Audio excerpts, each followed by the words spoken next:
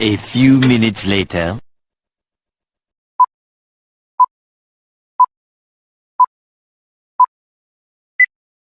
Assalamualaikum warahmatullahi wabarakatuh. Perkenalkan, saya Umur Soima dari mahasiswa Universitas Negeri Surabaya, Fakultas Ilmu Pendidikan, jurusan Pendidikan Guru Pendidikan Anak Usia Dini, angkatan 2023E. Baik, di sini saya akan wawancara berbentuk podcast dengan Ibu Iis Sutriawati, berprofesi sebagai guru di Madrasah Aliyah Bahauddin.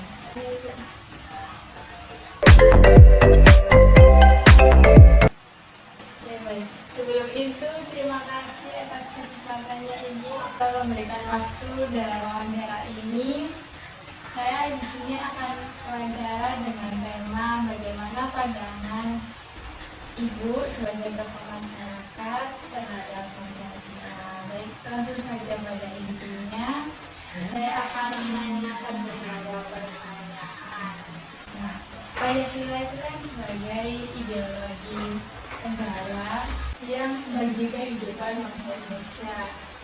Menurut Ibu, bagaimana pandangan Ibu mengenai Pancasila sebagai ideologi utama negara Indonesia?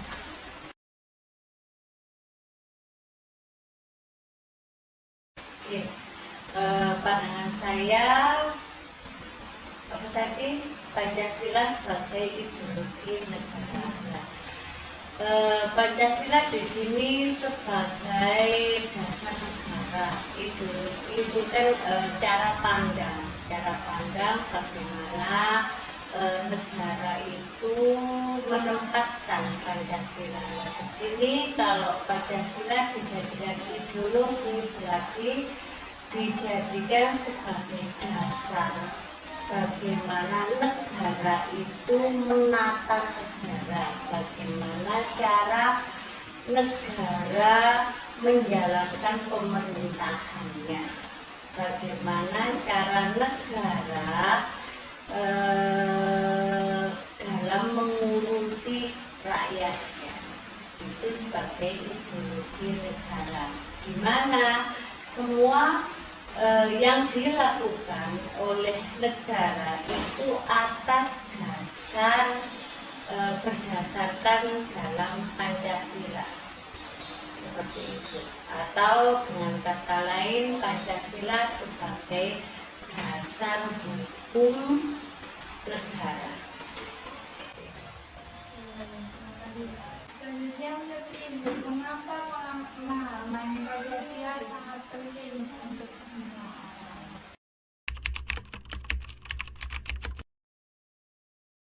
Oke. Biasa menurut saya sangat penting karena apa yang dilakukan oleh masyarakat atau dilakukan oleh pemerintahan itu harus sesuai dengan Pancasila.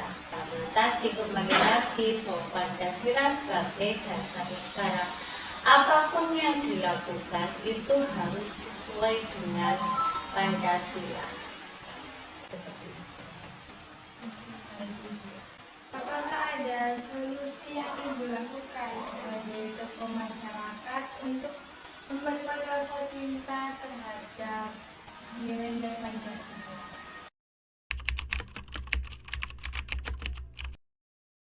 Oke.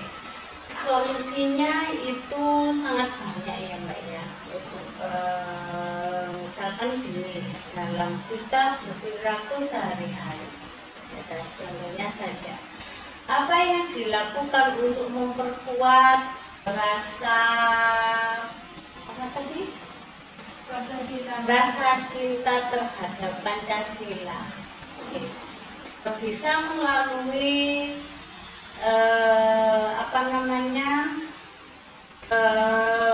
contoh, melalui contoh sehari-hari. Misalkan sila pertama, kita itu harus saling menghargai, kita itu saling menghormati antar umat beragama. Nah, yang kedua bisa melalui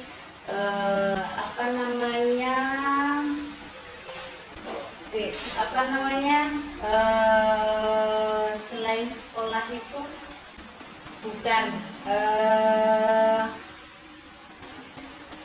masyarakat itu diberi pengetahuan, gitu ya. Masyarakat itu diberi pengetahuan bagaimana caranya menumbuhkan rasa Pancasila di dalam diri pribadi masing-masing, seperti itu. Atau dengan kata lain memberikan contoh nyata terhadap perilaku yang harus dilakukan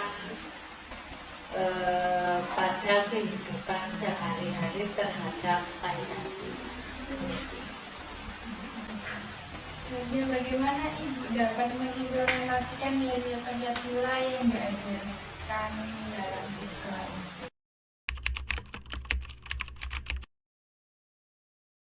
Oke, dalam di sekolah ini biasanya itu kami para pendidik, saya dan para pendidik semuanya itu memberikan contoh kepada anak-anak.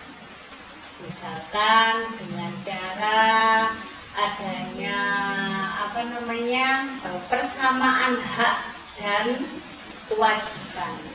Bagaimana menanamkan sikap tanggung jawab terhadap anak-anak, seperti itu. Itu yang kami lakukan. Jadi guru itu memberikan contoh, bukan hanya menekan mereka, menyuruh mereka, tidak, tapi apa? Kita itu sebagai contoh bagi mereka. Sebagai guru yang bertanggung jawab terhadap sikap siswanya, bagaimana cara Ibu mengatasi jika adanya siswa yang memiliki sikap tidak sesuai dengan nilai Pancasila?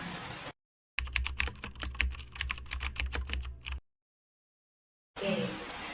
Jika ada siswa yang tidak berperilaku perilaku tidak sesuai dengan Pancasila, biasanya itu seperti ini. Di sini ada jalur-jalurnya. Biasanya siswa itu akan, kalau misalkan pelanggarannya itu tidak seberapa, kita ada poin-poinnya, itu kita tegur secara halus dulu. Ya, kita tegur secara halus, kita lihat bobot poinnya. Kalau misalkan pelanggarannya itu terlalu berat, maka apa? Kita melakukan panggilan terhadap siswa tersebut. Kita panggil ke ke BK, ke BK. Di situ kita akan memberikan wawasan bahwa perbuatan yang kamu lakukan itu tidak benar, tidak baik, seperti itu. Kalau misalkan dia masih tetap terus melakukan pelanggaran yang dilakukan, kita akan memberikan semacam pengetahuan tersendiri, gitu ya, seperti itu. Agar apa? Dia itu melakukan perilaku itu sesuai dengan Pancasila, otomatis kalau perilaku sesuai dengan Pancasila, otomatis perilaku tersebut juga sesuai dengan tata tertib sekolah. Menurut Ibu, bagaimana kalau konsep negara ini diimbangi dengan konsep agama? Mengingat di negara kita itu ada banyaknya perbedaan agama.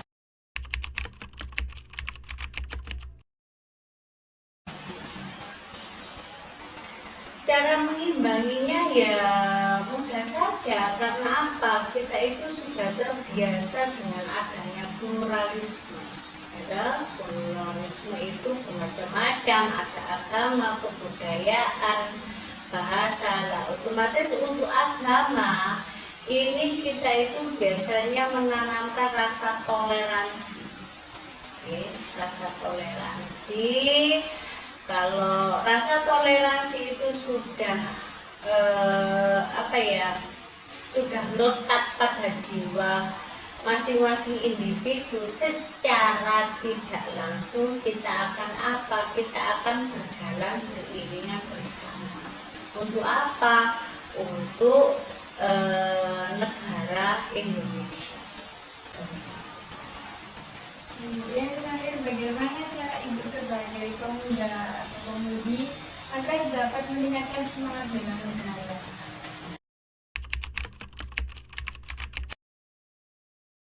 Oke, bagaimana cara saya meningkatkan untuk bela negara?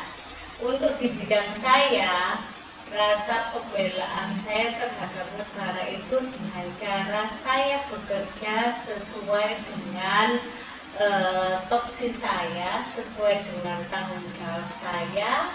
Saya berjuang di bidang pendidikan, maka saya akan berjuang untuk bagaimana caranya mencerdaskan agar anak-anak generasi penerus bangsa ini bisa bertanggung jawab.